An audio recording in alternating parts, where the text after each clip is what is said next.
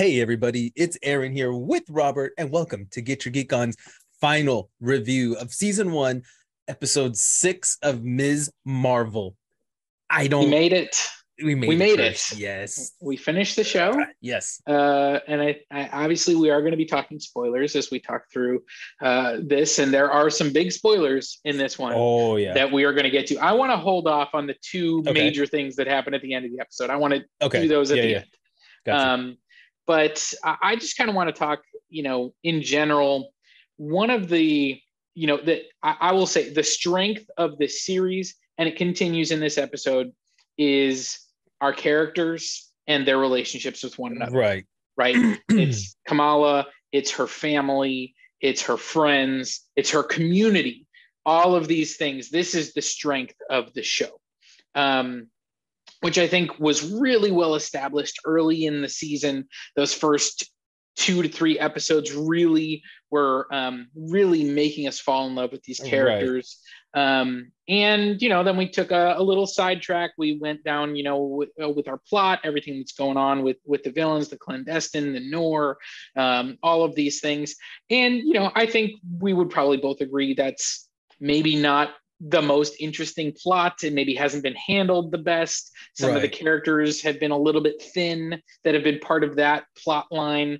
And certainly bringing back the Department of Damage Control in this episode felt that way too. It felt just a little bit generic, a little bit weak. It wasn't I don't know. It didn't really feel like a personal threat. It just kind of was like, and here's this, one weird rogue Department of Damage Control agent who is apparently going to risk her entire career just to capture, a couple of Muslim kids. I don't know. That was really weird to me, the way that all went down. But I have to say, I still enjoyed the episode, and I still enjoyed the series overall because of the strength of the characters. I absolutely fell in love with these characters. I love Kamala Khan. I love her friends and family, her community. I was grateful that Kamran didn't go, like full on villain. He did have that kind of where he's being attacked and he's defending himself, and he's also dealing with the emotional turmoil of having lost the only family he's ever known, and all of those things. And so I thought it was understandable, his reactions. But I did like that, Kamala was able to help him kind of navigate that situation and get to the point where he doesn't want to be seen certainly as a villain. Now, whether that changes down the road, we'll have to see. But I liked that storyline. So yeah, I mean, how about you? What are your feelings on this episode and the series as a whole? The thing is, like, we both kind of have been agreeing. I think there's all these reviews of what we felt and what we liked and didn't like. The clandestines, again, were they reminded me of the Falcon and Winter Soldier villains. I already forgot what they're called now.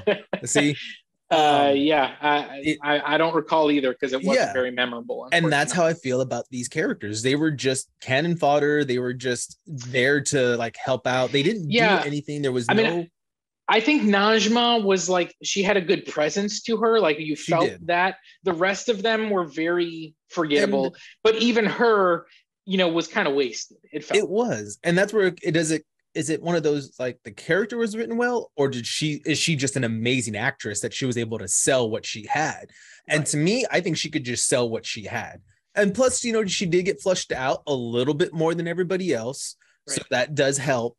I mean, again, we've seen 2 of the people die, and she was like, yeah, whatever. And the other one, she was like, oh my gosh, that one died.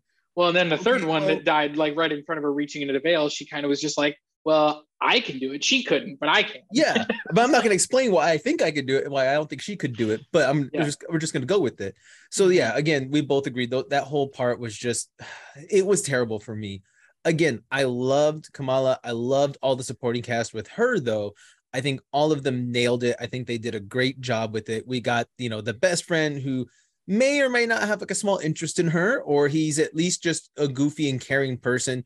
My kiddo was watching it and she thought, oh, he likes her. And my mom saw like 30 minutes of this last episode. She's like, oh, he likes her. I was like, I don't know if I think that he likes Are you talking about Bruno? Yeah, Bruno. Oh no, I definitely think Bruno's into Kamala. I think 100%.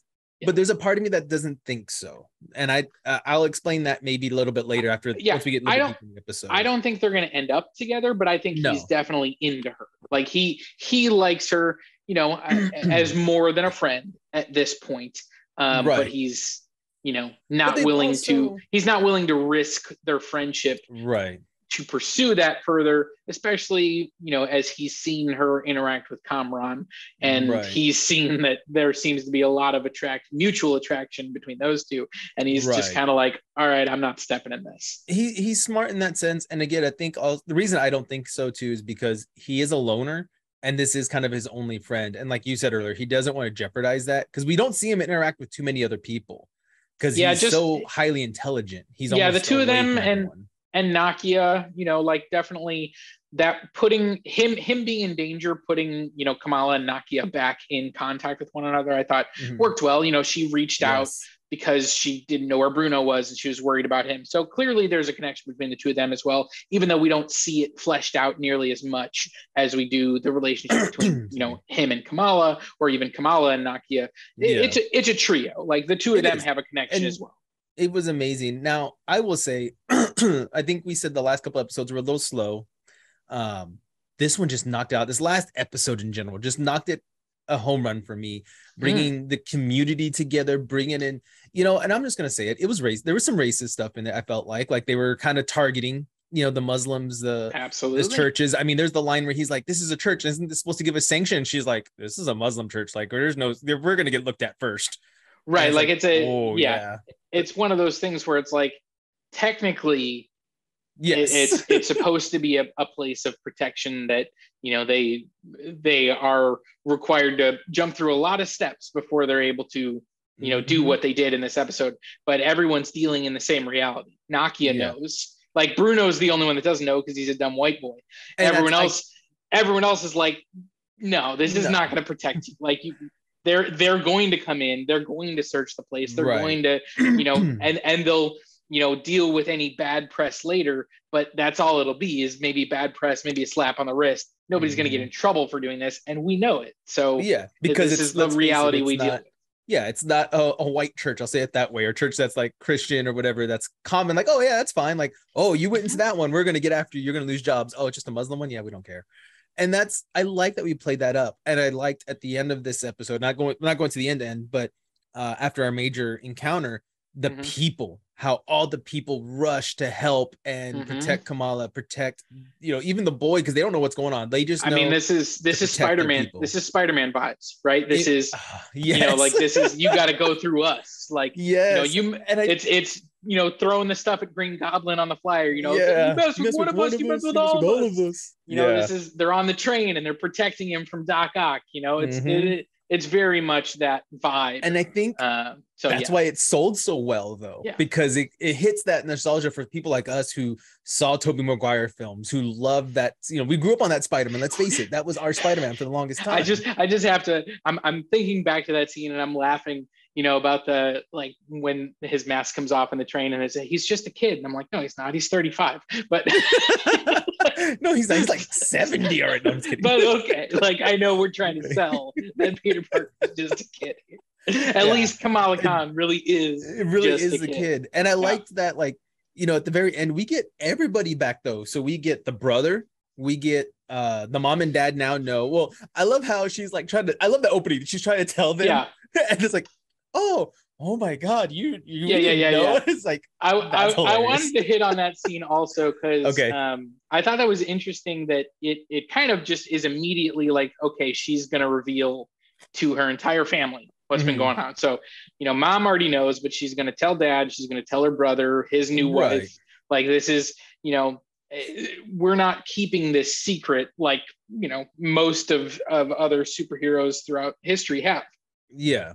You know, this is, I'm going to tell him. And so I liked that twist that was, I'm going to reveal this about myself. And I also liked what you're talking about, the humor where it's like, they all already know because, you know, as soon as, you know, Ami tells Appa and it's on speakerphone and everybody knows. And it's just like, okay, that's funny. That's again, like, it's another yeah, it's another moment like last week where it's like she's talking about, oh, the spyware for parents. It's just like there. It's a very relatable moment because it's like I can see my parents. It's like, oh yeah, we were on speakerphone, so Yeah, I could see all of that very and I don't know. realistically. I know my culture. If you tell like mom already told aunt already told great aunt, uncle, mom, other mom, like cousins, like everybody knows like that. And it's like Yeah. how it's like the Scott Pilgrim thing. I don't know if you remember that scene where the sister calls Scott Pilgrim and he's like, "How do you know?" And you see the other guy, his roommate's asleep already texting him.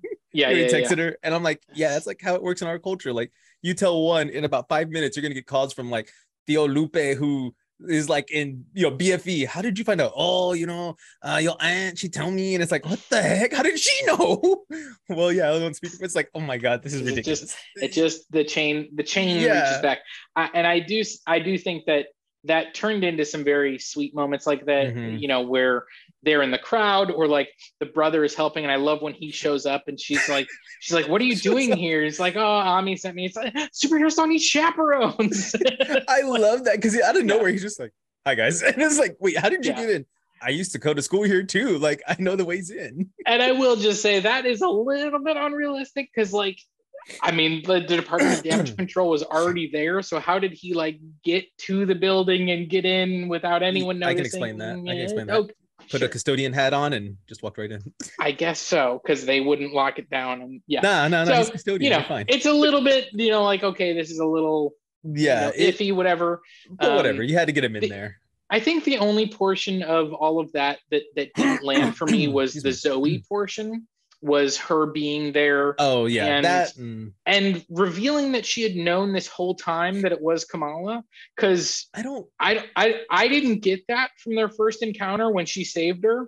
Right. And then I know she I think the next scene we saw of her was with the Department of Damage Control, where they were kind of putting some pressure on her. And again, I didn't get the feeling like she knew at that point that it was Kamala. So I don't know, maybe I missed something, but I felt like that was a weird reveal for her to know for sure that it was Kamala. Like maybe she had a suspicion, but I never got that she 100% knew. And so that kind of portion didn't work as well for me. Yeah, I didn't like it for the sheer fact that, I mean, I liked it when we got her there, like when she was there. I just wish, like you said, we would have had a different way of slipping her in there. Because it's like, why are you here? Oh, the auditorium is really good for my TikToks. And I'm like, so is this school just not on lockdown at all, ever? Like you already talked about how she's made all these TikToks, how she has millions of followers. And it's like, so you've been doing this for a while. So how do you keep sneaking into the school at night when it should be on lockdown? This is concerning me a little bit now. I really want to talk to the. They don't want you to think about it. No, fine. I mean, there's no kids there, so who cares, right? Right, I guess. There's not the right. Never mind. I was going to say something messed up. That'd get this video destroyed. Let's not do that. My other thing, though, with that scene, I thought it was fun because it's the kids putting the plan together, but to me, and what was just so over the top, I'll say, was and remind me of Home Alone was the softball machines shooting at the DOD. Yeah, I think that was one of those things where I think I enjoyed it because it went on for just the right amount of time. Like it went on and it was like 3 seconds of it working and they were happy that it was working. And then it was like, oh, actually there's agents behind you too. And this is not like, this isn't a smart move. Yeah. I think I just appreciated the whole plan. Like we're going to, we have this little device that they think is a bomb and then it's music. Or that was funny, yeah. Like we're going to make sure they see Kamran in a specific outfit and then we're going to have several people dressed up in that same outfit running around, leading them on different chases. We've got some sort of science experiment that's going to explode this goo all over everyone. And so it was just, like all of those things, they felt very natural. They felt like, okay, this is what they would come up with in this very limited amount of time to try and, just get Kamran to safety. Like that's the whole plan. Right. Now, I will say like the brutality of Bruno getting clocked in the face, dude, took me off guard. Like I was not ready for that DODC officer to just right across the face, right in the chin. and I was hoping we'd get some kind of bruise or something like that, because that was did too. vicious. Yeah, because he knocked him out basically with that hit, and I'm like, yeah, oh, that DoD guy, he needs a promotion because he was the only one willing to do this stuff. but yeah, I mean, I think that sequence worked for me. As you said, the community kind of coming together to protect them later worked for me. Now, I did have a question for you, because this is an area where we've done a lot of things with Kamala's powers, and before we get to the big reveal, the moment where she says "embiggen," which I know is a thing from the comics, that's part of like her power set. That's what she does. It didn't work for me because they haven't established that within this show that would mean anything. Like I didn't understand why she just threw that word out there, or why her powers reacted in that way. Like that was something where that portion of it, even though it was an homage to the comics, just didn't work for me, because I was like, why would she say the word? Like it was more like I was expecting, like maybe she does it, and then maybe Bruno or Nakia is like, how did you do that? What was that? And she comes up with that word, like, that was embiggening. Or you could have planted it earlier. We had plenty of stuff with Ant-Man, so you could have planted something earlier with him, where she starts to shape shift a little bit, and then she thinks about what he does and comes up with that word or something. I don't know. Like there's just different ways to establish it, because it just ended up feeling very out of place to me. It did. I mean, to be honest, I already forgot about it because I was like, that wasn't memorable. It would have been fun too, like you said, if we would gotten Ant-Man. He's like, oh yeah, all the best heroes have like some catchphrase before they say it, which kind of ties a nod to Thor. He's like, like the guy Hulk, this guy Hulk, he's always, it's smashing time, just whatever. Like he says stupid things, and she, like you said, puts that thought in her, and she's like, oh well, it's just, I thought it was a cool word to put here, and that's it. But I didn't get sold on that, and I honestly, the way they made her powers look, I wasn't sold with either. I know we are trying to differentiate her from Mr. Fantastic, because they both originally are more of elastic. Like she stretches her whole arm out, not this this energy. I'll say energy right now. Right. Yeah. It's more, it literally is her arm is stretching. But I know with Marvel, the way they've always played it over the 20 years almost now, they don't want to repeat the same hero's powers over and over again, because if she has those powers, we really don't want to show Mr. Fantastic.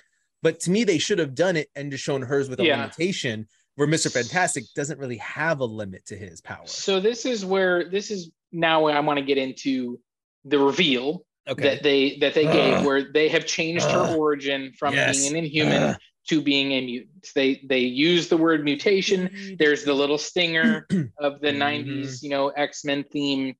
So they would not use the word mutation without very clearly saying she's a mutant instead of an Inhuman, which is what I was hoping for. Yeah. So whether or not, I think we'll get into that. But what I want to ask you is, I think, and I could be wrong, but I think that her mutation is going to act more similar to her Inhuman abilities, where she has this power to manipulate her body, and the bangle is more about the manipulation and controlling of the energy, and that's going to be separate. I think she's going to have this kind of shape-shifting power, whether she has the bangle or not, because it did look different when she did her embiggening thing. It didn't look like that was the cosmic energy that was doing that to her. It looked like that was just part of who she was. So I wonder if they're going to kind of try and thread that needle and say, like, the bangle is what helped unlock her mutation, maybe, or it unlocked her her ability to manipulate this light magic, but ultimately her genetic mutation is this shape-shifting thing. So I don't know. That's kind of where it kind of left me feeling that that's what it was. And it might be, and again, they could go wherever they want with it. I mean, I would have not, this is just me, if they would have just left it as the word mutation, because you could say that Brian Bruno doesn't know anything about this yet. This is a whole new realm. So he could say mutation, but really like maybe we get a season 2 or a movie where it's like, no, you're not a mutant, you're actually an Inhuman. Right. But then, like you said, we get the zinger of do do do do, and it's like, oh, you really are leaning into this. She's going to be an X-Men or something somehow, I or mean, related to that. Yeah, I don't think they'll put her in the X-Men, but I think they will. She is going to be a mutant, which I'm not thrilled with. Again, you're literally just going to get rid of all the Inhumans just because you had a bad TV show that just, I don't know. Again, we don't even talk about the Inhumans ever, so we could just literally remake it. You bring out Black Bolt. It's a weird thing, just because, like we've already discussed, in Doctor Strange and the Multiverse of Madness, we get a name drop of the King of the Inhumans, and they say, I think they say the King of the Inhumans, or at the very least, they say the leader of the Inhumans. Right. So they drop the word Inhumans. We see Black Bolt. They say his name, Blackagar Boltagon. They do, Blackagar Boltagon. So they give us the full, like we see his powers at work, all that stuff. And so this is something where, clearly they're willing to do that, but maybe just in that cameo, it's not something that they're willing to kind of lean into over the long haul. It just makes me wonder if we'll get like, oh, your Earth has mutants, so you're a mutant. But on Earth 37, we call them Inhumans because of something else. And I don't know how I feel about all this. Again, we could also I wish they just didn't put the music. I wish they didn't, because then we could just say, oh, Bruno just doesn't know yet what this is because he's not a geneticist. He's not, like Beast or some of these other guys who are highly intelligent with this. He just knows something is wrong with your DNA.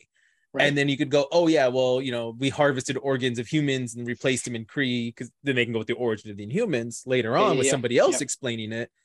I mean, I would love to see what they do. Maybe they'll eventually change it to where she is an Inhuman. Maybe she does meet Beast, who is a geneticist, who tells her, you're not a mutation, you're actually this. And that way they can start defining like Inhumans, X-Men.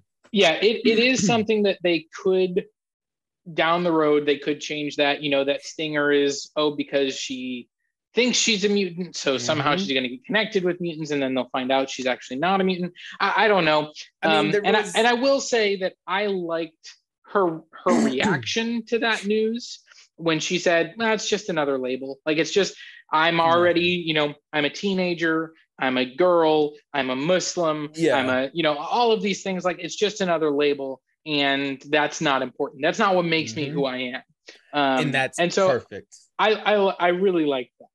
So moving on, because we talked about that one to death. Do you want to talk about the post one? Yeah, let's get into it. We see her bangle starting to glow. Looks like almost a message kind of coming through. Yep. Flies through her door, and out comes Carol Danvers. Yep, Captain Marvel. We believe they have swapped places. That's certainly what we're led to believe. Yeah, that's what they want us to believe. And so, we don't know where Kamala has gone, and, we'll get that answer most likely in the movie, although it could come sooner, where she's gone to. And we get Carol Danvers, who is clearly not a big fan of where she is now. Nope. Because she's, whatever she was involved in, whatever she was doing, whether it was something dangerous, it was clearly something important that she wants to get back to right away. Now, this is where the type of thing where it's like, are these the negabands, which connect to the negative zone, which means maybe Carol was in the negative zone, meaning maybe Kamala's in the negative zone, meaning maybe Fantastic Four. We're connecting a lot of dots. Yes. And I'm sorry, that means one step closer to a real good Silver Surfer and Galactus, the Devourer of Worlds. There's a lot of, speculation. Obviously, what we know is that this is going to impact the Marvels movie. It was nice to see Brie Larson, just very briefly. This is now, the second project of Phase 4 that she's cameoed in. She obviously cameoed at the end of Shang-Chi as well. And are those connected in some way? In that cameo, they were talking about the 10 rings and how they were sending out a beacon. And so is there some sort of, is there some sort of connection with that? Maybe she was chasing down the lead of the beacon, and that's where she was when she got, this thing happened with Miss Marvel. I'm not sure, but I liked it all. And I'm glad to see her again. I'm excited for that follow-up with the two of them, and also with Monica Rambeau from WandaVision, because I think she was a lot of fun as a character as well. And so I'm looking forward to their dynamic, the three of them. Yeah, and I'm hoping it'll work out well. I'm really thinking more and more that you're right. These are the Negabands. I'm really hoping, and honestly, somebody I want to see is I really want to see Quasar. We had a male and a female Quasar. I like the female one. I thought her storyline was a lot better. And then we can intercept with Moondragon, who is the daughter of Thanos. So I would love to see if we start getting these little tie-ins back to Thanos, because I mean, it's like one of those, he was a major villain, and to kill him off and you think he's really dead, something's gonna happen, I feel like. Yeah. I don't know, but I will say, I am looking forward to, and I really hope we get it. I'm looking forward to Carol Danvers walking downstairs in the Khan home and being confronted by Mr. and Mrs. Khan, and just being like, "Who are you, and how did you get in here?" And especially because I did love that moment with Kamala and her dad, where he's kind of explaining the origins of her name and how it means, that was beautiful, perfect, wonder, marvel, and then you have her being like, "My name is the same as Carol freaking Danvers," and he's like, "I don't know who that is." I know, that was just so you're so just and it's just reality. Yeah, and it was a very great just kind of one of those moments where it's he's not this mega fan of all of these superheroes and stuff. And even though he loves his daughter, it doesn't mean he knows all the details about the things that she loves. He knows she's into superheroes, but if she was if her favorite hero was the Hulk, he would probably be like the Hulk. But yeah, I mean, other than that, it was hilarious. So I'm excited to see what's going to happen next. I mean, the next thing, we saw at the end of after that post-credit scene, it said Ms. Marvel will return in the Marvels. So that's leading us straight into the movie. We'll hopefully get more Carol Danvers. We'll get Ms. Marvel or Captain Marvel. For sure. Yeah. We're definitely going to get Nick Fury. Samuel Jackson needs to portray that role again. And we would think, Fantastic Four is just right there. Surfer's right here. Everybody's just they're all getting closer to becoming a reality again. I love these cosmic ones. I need Doctor Doom. I need him, please. I need him. It would be just so fun if they're we're trying to get him out of the negative zone, and we have this guy Victor Von Doom trying to help us. He's it's finally the doctor that we've been waiting for, the engineer. Yeah. Thank you, WandaVision, for screwing that up. So as we wrap up here, I think we both enjoyed the series. It seems like a lot. It didn't necessarily have the strongest, especially villain plotline, but as far as the characters, the heroes, the relationships, this is what made the series. For me, this is right up there with Hawkeye in terms of just enjoyment. I think Loki is still my favorite of the series, but this one and Hawkeye. And I would say, Moon Knight is right around this as well. I think I think I enjoyed this a little bit more than Moon Knight ultimately. But it didn't unseat Loki for me, but it was close. It was I think if the villain storyline had been more intriguing, it would have. But ultimately, I really enjoyed the show. Same. And so definitely check out all of the reviews we did for this one, as well as Thor: Love and Thunder. You can check all of that out at Official GYGO on YouTube, Facebook. I also put the audio version, if you just want to listen to our podcast stuff, up on our podcast, wherever you listen to podcasts. And on that note, I'm Aaron. That's Robert. Stay geeky and, get your geek on, guys. Bye.